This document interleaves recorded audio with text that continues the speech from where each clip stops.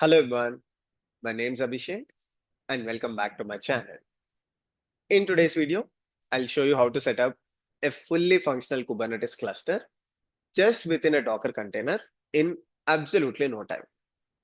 But why is this important for you? Let me explain.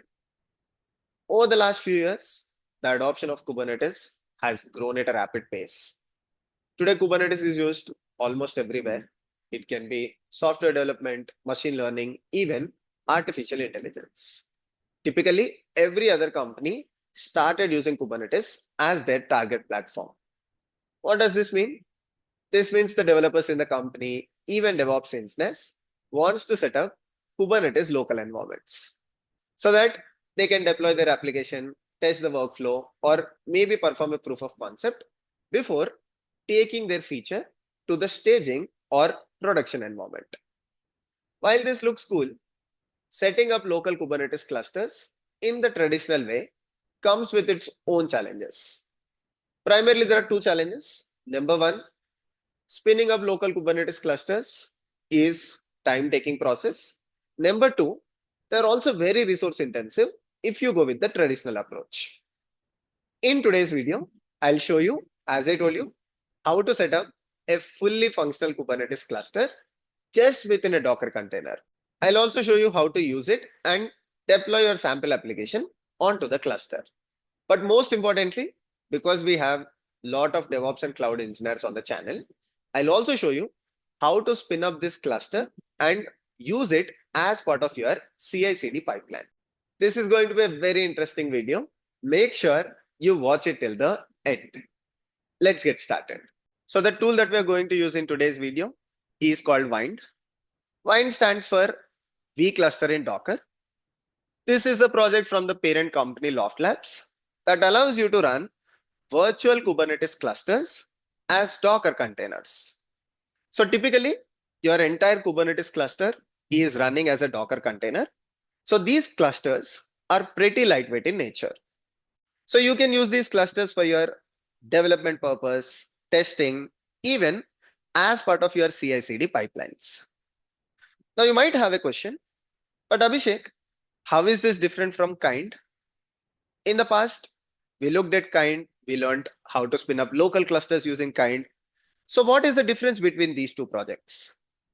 Let me tell you, Wind is very feature rich when you compare with Kind. Although both of them allows you to run local Kubernetes clusters, Wind is very feature rich. Let me talk about some of the features for you. The first one that I really like about Wind, with Wind, you can pause and resume your Kubernetes clusters. What is the use case? As a DevOps engineer, I usually work with multiple Kubernetes clusters. Let's say I have one cluster for payments team. I have set up other clusters for UI team on my local machine. For some reason, there are no changes to the UI cluster for a while. I want to pause this cluster so that I can save resources that are used by this UI Kubernetes cluster. Because this cluster is idle, but still it's consuming a lot of resources on my local machine. Unfortunately, with Kind, there is no option for this. I have to kill the cluster and start the cluster all over when I need it. But with Wind, you can pause the cluster and you can resume the cluster anytime. Apart from that, other feature that Wind supports, it comes with a built-in user interface. Now, this is very useful for developers because developers are not very familiar with kubectl. Let's say they have to search for the pods running or status of the pods, maybe look at the logs of the pods or anything about other resources. They might find it difficult with kubectl, but when they have a user interface, it's very easy to navigate. Of course, I'm going to show you how to set up the cluster using Wind and how to use the vCluster user interface during the demo part. And then the clusters that you create with Wind, they also comes with the built-in load balancer service type. I think this is one of the most asked feature when it comes to local Kubernetes clusters. Because with local Kubernetes clusters, it's difficult to set up ingress. you need to go with projects like MetaLB. And these clusters also don't support load balancer. So this is one of the most asked features. Wind solve this problem for us. You can create a service of type load balancer. You get an external IP, and using the external IP, you can access the services that are running on your cluster. Again, we will see this during the demo part. Along with that, Wind also supports Docker natively. So let's say you have some images running on your machine. You don't have to push those images again to a Docker registry to read the images within your Kubernetes cluster. Because your cluster is already running locally on your machine, Wind provides the capability of loading the images directly onto the Kubernetes cluster. And also with Wind, you can connect your local Kubernetes cluster with external nodes. This is a special use case. Let's say you want to scale up resources of your local Kubernetes cluster, maybe for a proof of concept or for scaling your Kubernetes cluster. With Kind, you cannot do it. You can only do it till the resources that you have on your machine.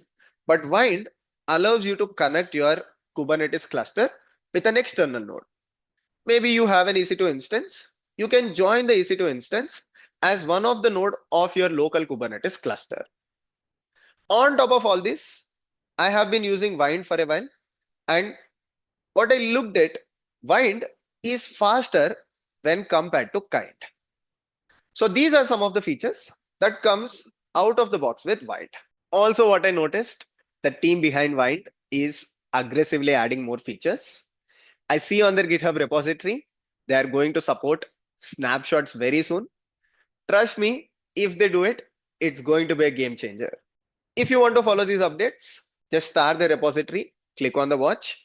As soon as they add these features, you are going to get an update. Even I start the repository because once they add the snapshot feature, I'm very eager to try it and make a video on our channel.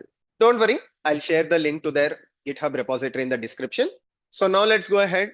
Let's see Wind in action. Let's spin up a local Kubernetes cluster, and let's also explore some of these features. It's actually very easy to use Wind. There are only few prerequisites. You should have Docker running on your machine, and you should have kubectl installed on your machine. That's all. Once you have these two prerequisites, you can get started with Wind. So the first thing, we will install the vCluster CLI. So to install vCluster CLI, just run the command brew install loft-sh/tab followed by vCluster. Now, if you're using Linux or Windows, don't worry. I'll share you a link in the description where I've documented everything. Just follow the steps as per the documentation, or you can also watch the video except for installation command. Okay, so this should install the vCluster for us. You can verify by just running vCluster -- version. There you go. So the vCluster CLI is now installed. Now we should tell the vCluster to use Docker as the driver because we are going to use Wind. So for that, run the command vCluster use driver Docker. Perfect. Done successfully. Switch driver to Docker. Now we can go ahead, create our cluster, a local Kubernetes cluster. But before that, I want to use the user interface. So I want to access my cluster. I want to look at the resources on my cluster through the user interface. So I'll just run this command. This is optional only if you want the user interface. So I'll just run vCluster platform start. Okay. So once you run this command, you will have the vCluster user interface for you. So I already have one cluster. The name of the cluster is my cluster. And if I click on this, I can access the resources. But let's say you're creating your very first cluster. That's okay. You can also do that by running the command vCluster create. Just say the name of the cluster that you want to create. So let's say I want to create a cluster with name test cluster. So I'll just do test-cluster. If you're using Mac, so you should go with sudo, right? So this is only for Mac. Just use the sudo and There you go. In roughly around 30 to 40 seconds, I have the cluster created, and it says now my kubectl is also configured to the cluster. Let's go back to the dashboard. So this is the dashboard, and now you can see I have two clusters here. So the test cluster along with my cluster. So this is the one that we just created. Click on this and you can access the cluster from the UI. So you can see the pods that are running. You can access the namespace. You can look at deployment, stateful set, service, ingress, all the resources that you use on day-to-day basis. So it's this easy to set up your first cluster using vCluster. Now you might say, but Abhishek, with Kind, I can create a multi-node Kubernetes cluster. Can I also do that with Wind? Absolutely yes. All that you have to do is just define your configuration file. In this case, I mean, when it comes to vCluster, you define a values.yaml and then you create the cluster in the same way, but this time by passing the values.yaml. So this is the values.yaml that I am going to use. You don't have to worry. It's again part of my documentation. You can find that in the description. Okay. So experimental nodes. So I'm saying create two worker nodes. The worker node 1, where I'm asking to expose a port. And for worker node 2, I'm just saying, I'm going to mount a volume. And this is the environment variable. Let's see if I'm able to create a multi-node Kubernetes cluster. But because we used volume, we should make sure location is present on the host. So I'll just create a folder mkdir-p temp data. So this is the same thing that we used in the volumes. Perfect. So now let's go ahead and run the command sudo vcluster create multi-node cluster values.yaml. So it created a multi-node Kubernetes cluster, and from the logs we can see it created worker node 1, worker node 2, and it also joined these two worker nodes to the Kubernetes cluster, that is the multi-node cluster. We can also verify that from the console, the vCluster user interface. I'll just go back to the virtual clusters. This time I see 3 clusters. So one thing you should notice here, I'm effortlessly running 3 different clusters on my machine. Both of them are single node clusters, and this one here is a multi-node Kubernetes cluster. If I click on the nodes, I should see the control plane node, worker 1 and worker 2. So this is about setting multi-node Kubernetes cluster using Wind. Okay, now let's explore a different feature. If you remember, I said when you create a Kubernetes cluster using Wind, it supports load balancer service type out of the box, which you don't get it with Kind. Let's see if that is real. So we created 3 different clusters. Right now, the kube config should point to multi-node cluster, the one that we created last. kubectl config current context. There you go. So it's multi-node cluster. On this cluster, let's create an Nginx deployment and let's expose the deployment as service type load balancer. Again, I'll take an example. So this is from the Wind examples from their GitHub repository. Let me call this as load balancer svc.yaml and I will paste this configuration. I'll quickly go through this for you. So we are creating an Nginx deployment with 3 replicas and we are exposing this service as type load balancer. Let me apply this configuration. kubectl apply -f load balancer svc.yaml. Let's wait for the pods to be in the running state. kubectl get pods -w. Okay, all the 3 pods are in the running state. Now let me just do kubectl get svc. So you can see here for Nginx load balancer, there is an external IP that is assigned. So I can just copy this external IP now and I will paste it in the browser. And you can see it says welcome to Nginx. Usually, if you are working with Kind at this point, you have to set up port forward, that is the kubectl port forward, or you might have to use some tunnel. Only then you can access the service. This is good as it eliminates the complexity of ingress and setting up any ingress controller.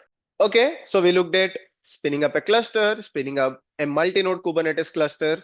We also looked at the user interface, the vCluster UI, and we also looked at the load balancer service type feature. Now let's take a look at the most interesting feature, that is to pause the cluster and resume the cluster. So now we have three clusters, out of which on one of the cluster, we install the resources. Let's say for some reason I want to pause this cluster. I don't want to use it until maybe let's say 2 to 3 days. So using vCluster CLI, I can just run vCluster pause name of the cluster. In this case, what is the name of the cluster? Multi-node cluster. And now this should pause the cluster for us. So you can see here, pausing vCluster multi-node cluster, stopping the worker node 2, stopping worker node 1, stopping load balancer service. So this will save a lot of resources on my machine. Now let's resume this and see if it can start the Kubernetes cluster. I mean, if it can resume it. And after resuming, let's also verify if the load balancer service is still accessible. That's very important. I mean, it's not only about pausing and resuming the cluster, but what's important, after resuming, the resources that you have created in the past should be in the running state. That's the important exercise. Let's see.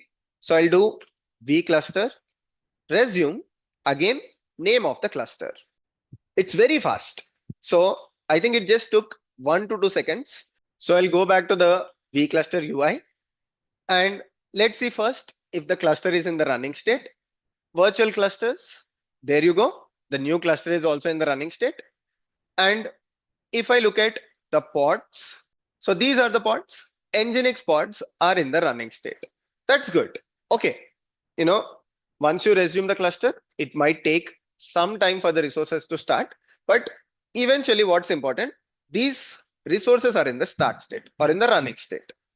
And let's also verify by accessing the load balancer service again.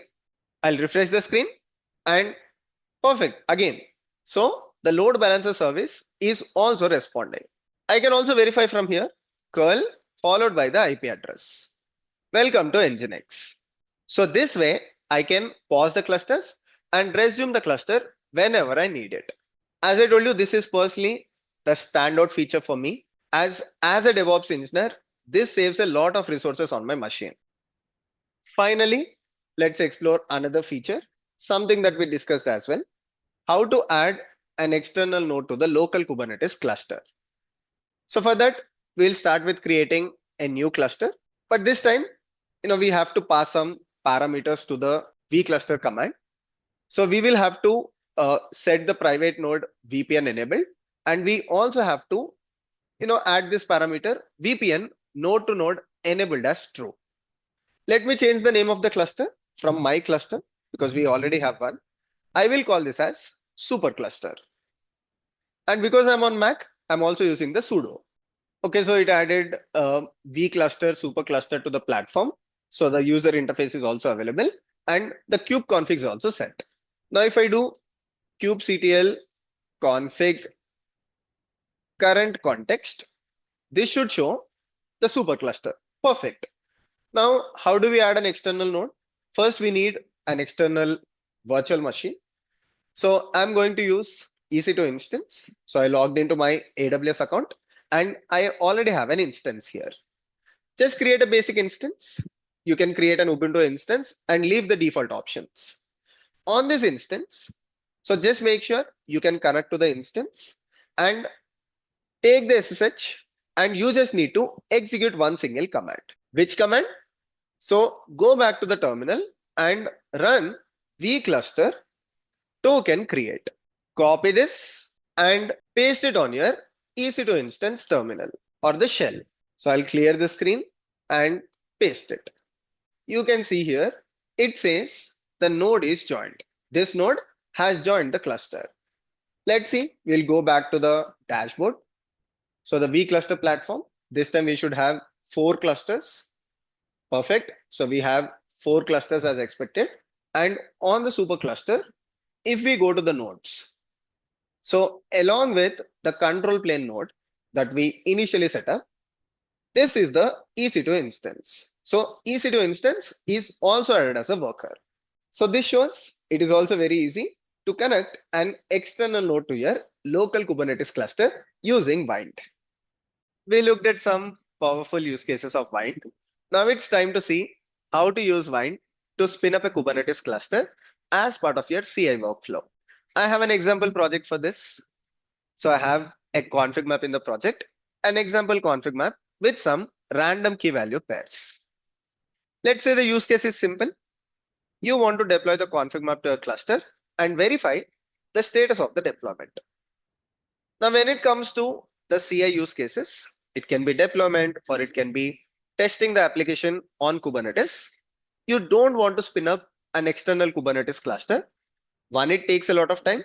Two, it is also not very cost effective. So you want a local Kubernetes cluster that you can spin up on your runner. I'll show you how to do it.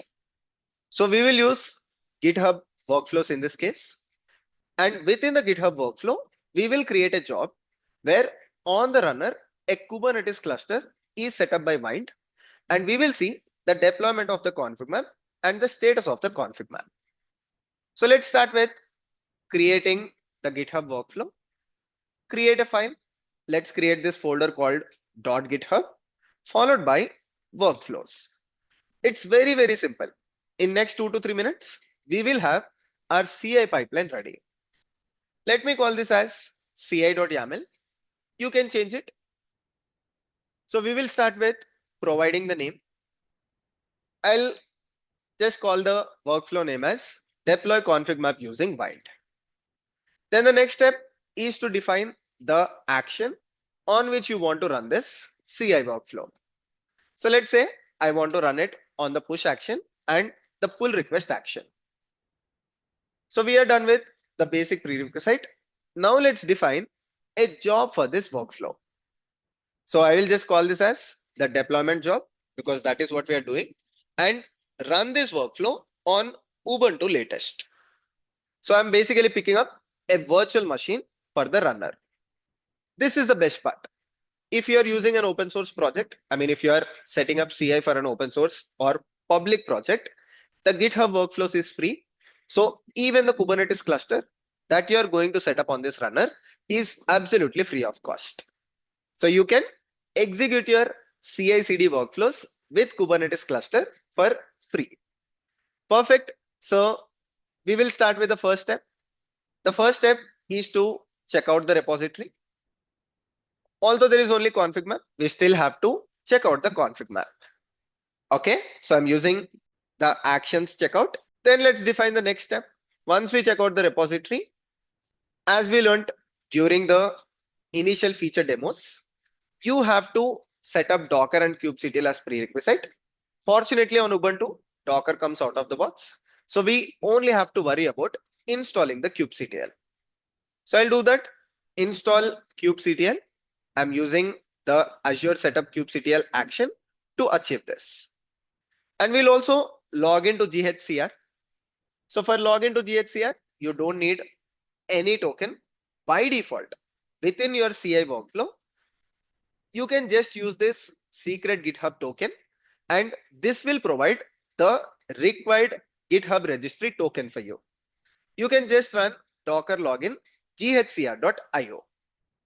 Perfect. Now we have logged into the GHCR as well. Let's start with our first step. That is to install vCluster CLI. How can we do it? This is not Mac. This is on my the GitHub runner. So we will use the curl command. Curl, we will get the vCluster binary and we will run this command sudo install. Finally, we will just remove the artifact rm-f vCluster. Then the next thing, we have to use the Docker driver. To use the Docker driver, I'll just run this command vCluster use driver docker. And then I'll deploy the config map. So, once you create the cluster, the kubectl or the Kubernetes context is already set up to the new cluster that you created with vCluster. So to deploy the config map, you just have to run the command kubectl apply-f config map.yaml, because the kubectl is already pointing to Kubernetes cluster that you created, the demo cluster. Finally, let's verify the status. So to verify the status, you can just run kubectl get config map. Okay. So the important part of this GitHub workflow is to install the vCluster CLI and to create a vCluster. Rest, they're pretty basic. kubectl apply the config map and kubectl get the config map. Even if you're working on your application, it can be Python, it can be Node.js. You just have to change the commands to build your application, and you just have to change the config map.yaml maybe to deployment.yaml. But most of the steps here will remain the same. Perfect. Let's see if this will execute as expected. So I'll just commit the change. Let's go back to see if the CI is running. So the CI is executing. It installed the kubectl. It logged into the container registry. It installed the vCluster CLI, and it is about to create a vCluster for us. Nice. It took 40 seconds. You can see the cluster is ready. It says vCluster is ready. Switched the kube context to demo cluster, and then it also deployed the config map. Config map verification is also complete. That is, config map is ready to use. It is this simple to use Wind to spin up a Kubernetes cluster within your GitHub workflows. You can also use it in your sample projects or even within the project that is in your organization. Wind is absolutely secure and most importantly, pretty easy to use. So this is all for today's video. I hope you enjoyed the demonstration and also powerful features of Wind. Before concluding this video, I would like to say Wind is a very promising project for DevOps instance. Going ahead, they are going to add more features like snapshots. So if you want to follow the work, just start the GitHub repository, click on the watch so that you get constant updates. Once they launch the snapshot feature, I'm definitely going to make one more video on Wind. All the useful links for this video are in the description. Thank you so much for watching today's video. See you all in the next one. Take care.